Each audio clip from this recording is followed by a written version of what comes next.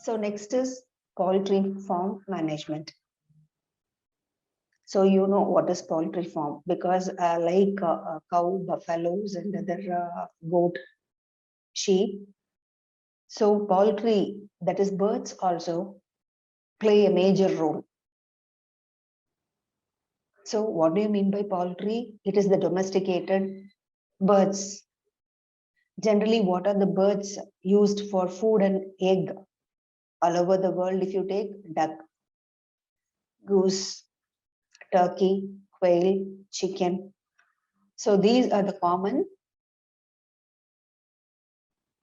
birds which are used for meat and egg.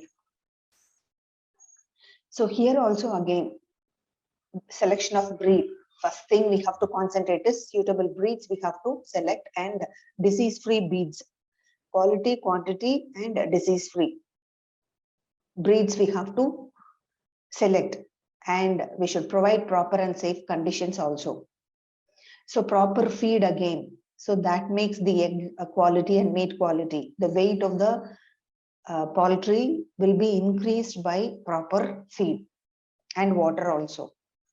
Here, the hygienic condition is very much important. And again, you might have heard in news often, quite often, like birds flu, etc.